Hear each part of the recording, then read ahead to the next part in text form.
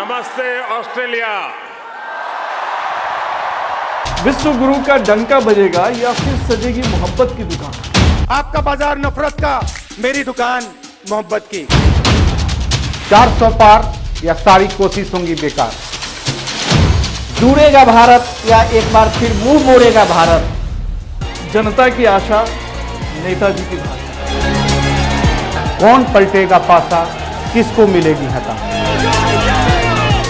STV news पर देखिए 2024 का समाचार। लोकसभा चुनाव 2024 की बड़ी।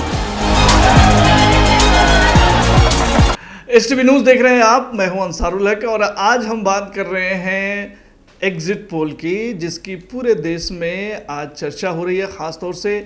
और एसटीवी न्यूज उत्तर बिहार के 5 महत्वपूर्ण लोकसभा सीटों पर क्या कुछ होने वाला है यह बता रहा है। और एक प्रेडिक्शन है, एक आकलन है कि एसटीवी न्यूज़ के जो विभिन्न संवाददाता हैं उन्होंने क्या ऑब्जर्व किया, उस हिसाब से क्या चीज़ें यहाँ पे देखने को मिल रही है और किस तरह की परिस्थितियाँ बन रही हैं, कौन सी सीट किस गठबंधन के खाते में जा रही है, ये हम बता रहे हैं। हमने आपको बताया है कि जो एक तरह से उत्तर बिहार का गढ़ माना जाता है, एनडीए का या बीजेपी का गढ़ कह लीजिए, इसकी 2 लोकसभा सीटों की हमने आपके समक्ष जो है बातें रखी, अपना प्रेडिक्शन रखा।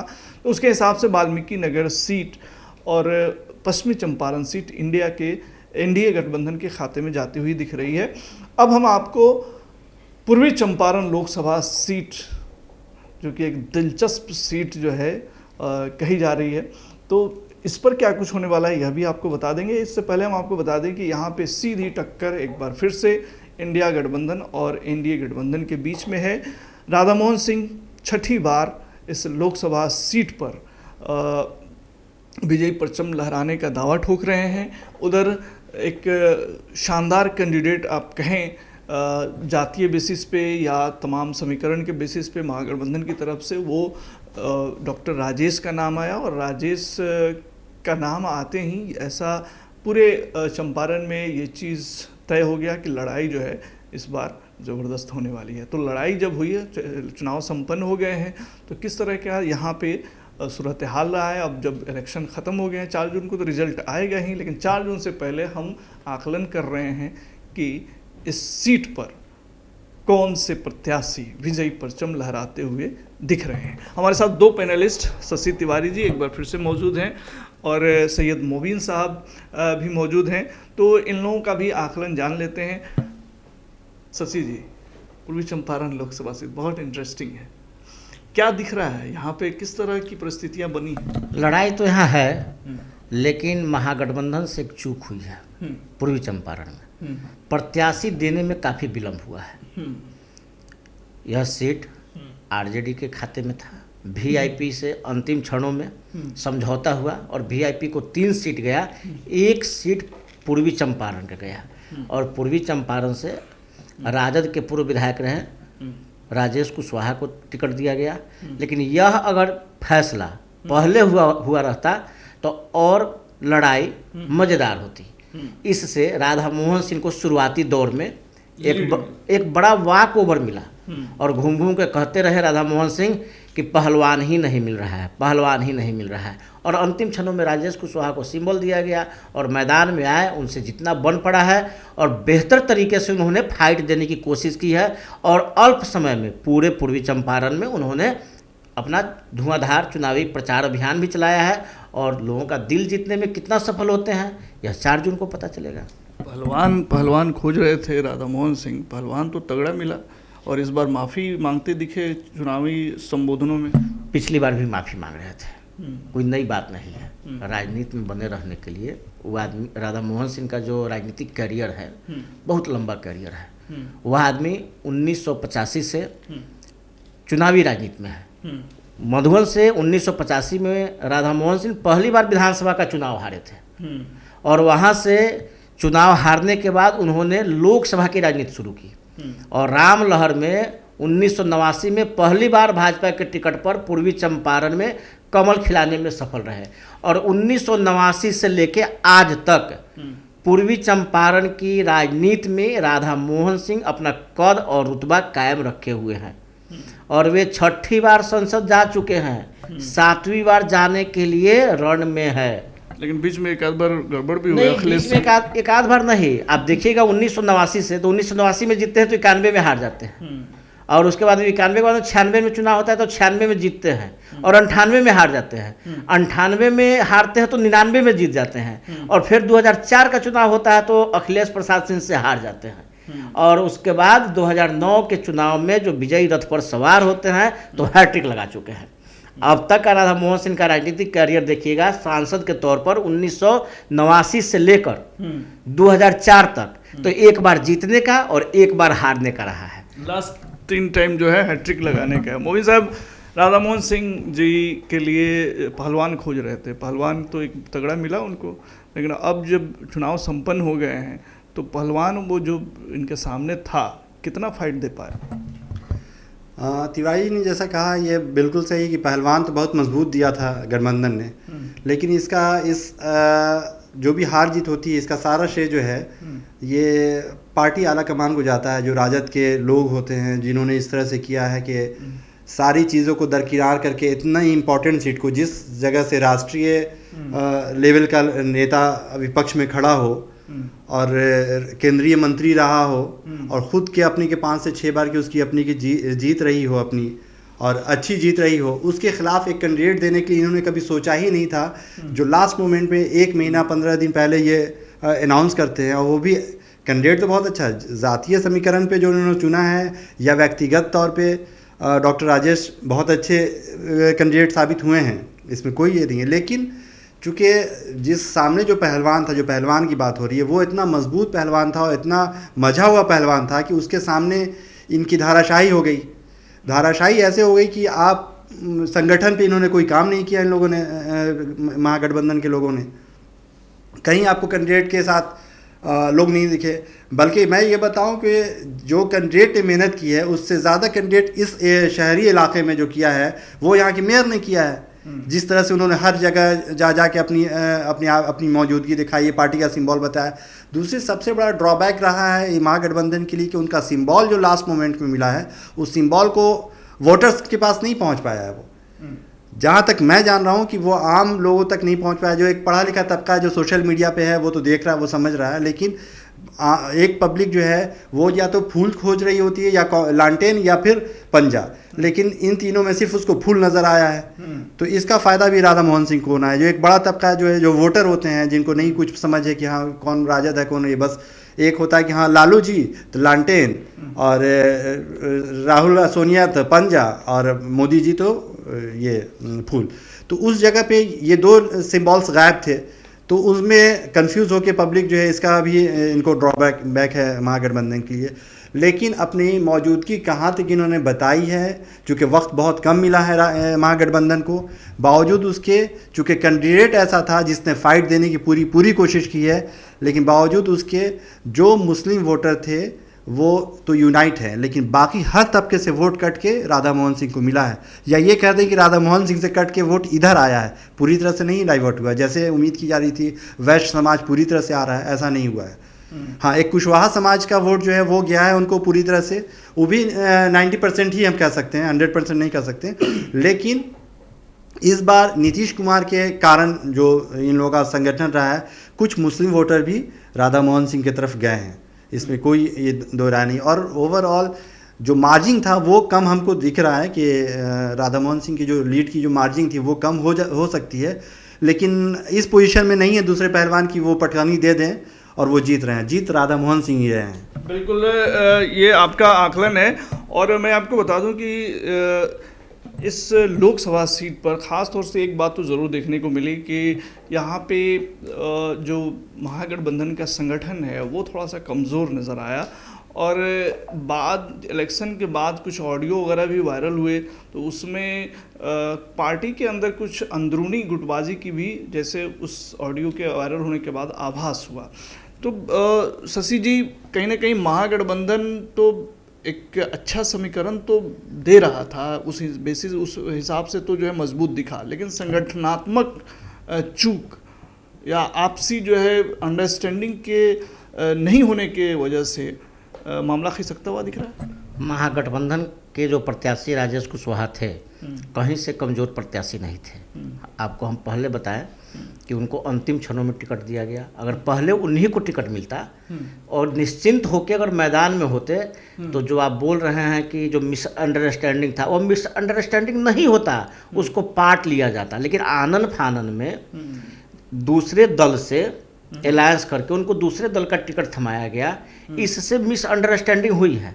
अगर वही काम पहले होता, वीआईपी के साथ जो मर्जिंग हुआ, जैसे आपने झंझारपुर देखा वगैरह, उसके बाद में गोपालगंज का अनाउंस हुआ सीट कि जब फलाने व्यक्ति को जा रहा है, उसके साथ अगर डॉक्टर राजेश कुशवाहा का होता तो और मज़ेदार लड़ाई होती। आप देखे होंगे कि राजेश कुशवाहा के टिकट जो वीआईपी जब तय की कि मोतिहारी से मोतिहारी वीआईपी को जाता है, उसके बाद में तरह तरह के नाम वीआईपी के फर्जी लेटर पैड पर सोशल मीडिया पर वायरल होने लगा।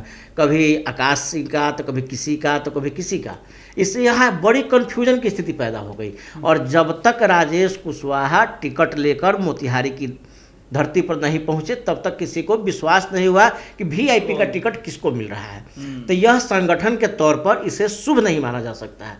तो इसके लिए जिम्मेवार क्षेत्रीय नेता या लोकल नेता को हम नहीं कह सकते हैं। बात जाहिर सी बात है। और राधा मोहन सिंह जैसे कैंडिडेट के सामने जो रणनीति होनी चाहिए, तमाम परिस्थितियां फेवर में रहने के बावजूद चुनाव लड़ने के लिए और चुनाव को जीत में तब्दील करने के लिए जो रणनीति चाहिए, वो रणनीतिक चूक यहाँ पे साफ नज़र आई महागठबंधन के नेताओं के बीच।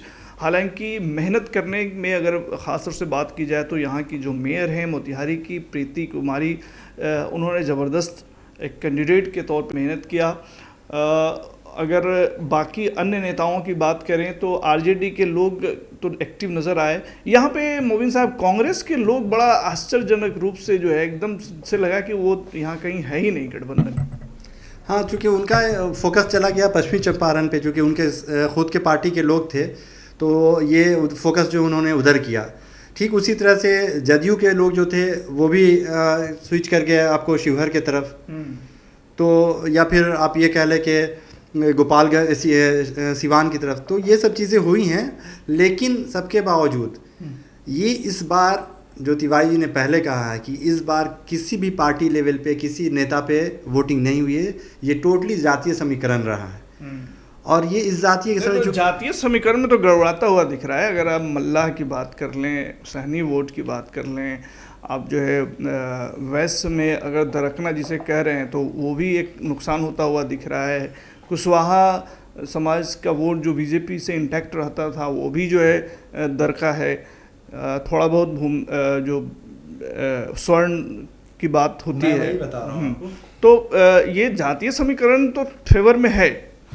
मैं आपको वही बता रहा हूँ, आपने जो बात कही मैं भी वही बात कह रहा हूँ कि इस बार पार्टी लेवल पे नहीं हुआ है, नेता पे नहीं हुआ है, इस बार जातीय समीकरण चला है हर जगह। जैसे यहाँ कुशवाहा को एक वोट दिया गया तो कुशवाहा कम्युनिटी जो है पूरी तरह से यूनाइट होके आ गई। मल्लाह कम्युनिटी जो है वो आई, लेकिन निषाद कम्युनिटी आने की कोशिश की लेकिन नहीं आई, चूँकि उसके नेता हैं, उसका कैंडिडेट नहीं है यहाँ पे। तो इस तरह इसलिए वो पूरी तरह से नहीं इधर स्विच किया है। जो भाजपा के वोटर्स हैं वो कोर वोटर हैं उनके भाजपा के, तो वो पूरी तरह से आ गए, ऐसा नहीं है। ये एक भ्रम है कि पूरी तरह से वो स्विच हो गए हैं। वो भाजपा के वोटर हैं, भाजपा ही को वोट मिला, लेकिन कुछ परसेंटेज जो है वो आया है इनके क्या नाम मुकेश सहनी के नाम पे।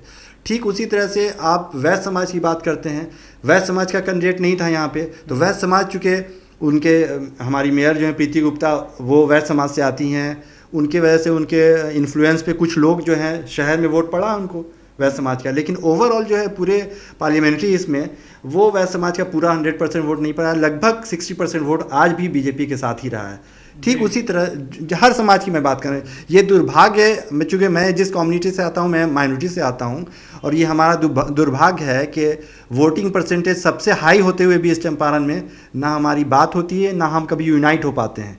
एक हम ही हैं जो पार्टी लेवल पे आज भी चल रहे हैं, कभी कैंडिडेट लेवल पे हम नहीं चलते हैं। मतलब हमारे से मुराद कि हमारी कम्युनिटी जो है माइनॉरिटीज़ जो है मुस्लिम कम्युनिटी जो है सिर्फ इस पे ध्यान देती है कि भाई ये फलाने जीत जाएंगे, इस पार्टी को जिताना, इस पार्टी को हराना है। कभी इस पे नहीं करती कि ये कैंडिडेट कैसा है, ये कैंडिडेट हमारे समाज से है कि नहीं है, हमारा लोकल है कि नहीं है, इस पे कभी नहीं। तो मेरा एक ख़ास इस समाज से भी गुजारिश है कि ये हमेशा एक्टिव हो के, जिस तरह से पॉलिटिकली एक्टिव है वो जहनी तौर पे भी एक्टिव हो कि भाई सिर्फ एक ही ढर्रे पे नहीं चल रहा, हमको चलना है तो अपने समाज को आगे बढ़ाना है। और हर समाज कर रहा है, निषाद समाज जब कर रहा है तो हम क्यों ना समाज करें? की बात तो फिर ये डिस्कशन का अलग टॉपिक भी रहेगा, लेकिन जो हम बात कर रहे हैं आज इलेक्शन पर्पज से जो वोटों का रुझान रहा है, तिवारी जी, समीकरण वगैरह सब तो ठीक ठाक बैठता हुआ दिखा, लेकिन वोटवा क्यों नहीं मिला? वोट नहीं मिला है कि यहाँ राधा मोहन सिंह चुनाव नहीं लड़ रहे थे, यह मैं नहीं कर रहा हूँ, ये राधा मोहन सिंह की बात है। चुनाव नरेंद्र मोदी लड़ रहे थे। लेकिन एंटी इनकम्बेंसी की अगर बात की जाए तो ज़बरदस्त लेवल की थी। हम लोग जहाँ भी पब्लिक ओपिनियन के लिए पहुँचे वहाँ पे लोग काफ़ी वोकल होकर के राधा मोहन सिंह या बीजेपी के खिलाफ बोल रहे थे। एंटी इनकम्बेंसी के बीच राधा मोहन सिंह ने कमबैक किया है, यह एक बड़ी बात है। और चंपारण में उनके द्वारा काफ़ी विकास किया गया है, इसमें भी दो राय नहीं है। और ये भी आप नहीं कह सकते या उनका विपक्षी भी नहीं कह सकता है कि वह क्षेत्र में नहीं दिखते हैं, वह क्षेत्र में रहते भी हैं और हमेशा किसी न किसी कार्यक्रम का आयोजन करते रहते हैं। उनका संसदीय क्षेत्र बड़ा है, इसके अलावा उनका पार्टी में भी कद बड़ा है, इसलिए उनको बराबर उत्तर प्रदेश के प्रभारी भी रह चुके हैं। उनके नेतृत्व में 2 बार बीजेपी वहाँ से शानदार वापसी कर चुकी है जोगी जी के नेतृत्व में। अभी पार्टी से उनको थोड़ा सा किनारा किया गया है उम्र को देखते हुए। अब की बात तो टिकट कटने की बात थी, लेकिन इमोशनल जो अपील हुई, चाहे बातें हुई चरखा पार्क मोतिहारी में, उसके बाद में जैसे तैसे उनको टिकट मिला है। और किस तरह से यहाँ पर उन्होंने कमबैक किया है, जैसे शुरू में उनको वॉक ओवर मिलता दिख रहा था, जैसे ही डॉक्टर राजेश प्रत्याशी बन के आए धड़कनें तेज हो गई एनडीए की। वैसे वोटर में नाराजगी भी थी पूर्वी चंपारण में, और अच्छी खासी नाराजगी थी। यहाँ पवन जायसवाल की पत्नी प्रियंका जायसवाल का प्रकरण भी दिखा। उसके बाद में पवन जायसवाल को नॉमिनेशन में उनके रथ पर चढ़ाया भी गया, नॉमिनेशन में भी गया। उसके बाद में यहाँ पर बबलू गुप्ता एमएलसी का भी प्रकरण आपने देखा। उसके अलावा एमएलसी के चुनाव में बबलू गुप्ता प्रकरण था। उसके बाद में मेयर का चुनाव, शहर में मेयर का चुनाव काफ़ी दिलचस्प रहा। राधा मोहन सिंह समर्थित प्रत्याशी प्रकाश अस्थाना यहाँ से चुनाव हारते हैं, और यहाँ से आरजेडी समर्थित प्रीति कुमारी जो देवा गुप्ता की पत्नी है चुनाव जीतती है। वहाँ से एक सिनेरियो बनता है राधा मोहन सिंह के खिलाफ कि राधा मोहन सिंह को पराजित किया जा सकता है। जो मोतिहारी शहर भाजपा का गढ़ माना जाता है, भाजपा के वोटरों की तादाद अच्छी है, वहाँ मेयर के चुनाव में यहाँ के भाजपा के जिलाध्यक्ष, सांगठनिक जिलाध्यक्ष मोतिहारी के जो जिलाध्यक्ष है प्रकाश अस्थाना, उनकी हार को बीजेपी नहीं पचाती है। और उसके बाद से काफ़ी कुछ राजनीतिक चर्चा परिचर्चा बदलने लगता है। यहाँ तक होता है कि राधा मोहन सिंह का टिकट कट जाएगा तो फिर किसको टिकट मिलेगा, इस तरह की बातें होती है। अंत में यहाँ फिर राधा मोहन सिंह आते हैं तो फिर महागठबंधन से टिकटों के दावेदार का एक लंबा फहरिस्त होता है, लेकिन अंत में वहीं डॉक्टर राजेश आते हैं जो लड़ाई को दिलचस्प बनाने में और कांटे का मुकाबला बनाने में, कमल और कूल की राजनीति बनाने में वह काफ़ी हद तक सफल होते हैं। लेकिन अंत तक उनके साथ वोटर कितना इंटरेक्ट हो पाते हैं यह 4 जून को पता चलेगा। अंत तक वोटर कितना इंटरेक्ट हो पाते हैं ये 4 जून को पता चलेगा। लेकिन अब तक की बातों से जो हमारे पैनलिस्ट हैं वो आपको पता चल गया होगा कि पूर्वी चंपारण लोकसभा सीट पर क्या होने वाला है। तो प्रेडिक्शन जो एसटीवी न्यूज़ का आकलन है वह यही कहता है कि इस बार के लोकसभा चुनाव में एक बार फिर से राधा मोहन सिंह विजयी परचम लहरा सकते हैं। तो ये जो है एक आकलन है कि तमाम परिस्थितियां फेवर में रहने के बावजूद महागठबंधन ने अपने वोटों को अंतिम समय तक जो है बांध करके नहीं रखा। और ये इनकी जो है संगठनात्मक चूक कही जाए, रणनीतिक चूक कही जाए या जो भी कहा जाए, नतीजे जो आएंगे उसमें कहीं ना कहीं राधा मोहन सिंह के फेवर में वो आते हुए दिख रहे हैं और एक बार फिर से वो विजयी परचम लहराते हुए दिख रहे हैं। हालांकि क्या कुछ होता है, जो समीकरण था अंतोगत्वा, जो एंटी इनकम्बेंसी थी, वो अंतोगत्वा कहाँ पर जाकर के वोट किया है वो देखने वाली बात होगी। नमस्ते ऑस्ट्रेलिया। विश्व गुरु का डंका बजेगा या फिर सजेगी मोहब्बत की दुकान? आपका बाजार नफरत का, मेरी दुकान मोहब्बत की। 400 पार या सारी कोशिश होंगी बेकार। जुड़ेगा भारत या एक बार फिर मुंह मोड़ेगा भारत? जनता की आशा, नेताजी की भाषा। कौन पलटेगा पासा, किसको मिलेगी हता? एसटीवी न्यूज पर देखिए 2024 का समाचार, लोकसभा चुनाव 2024 की बड़ी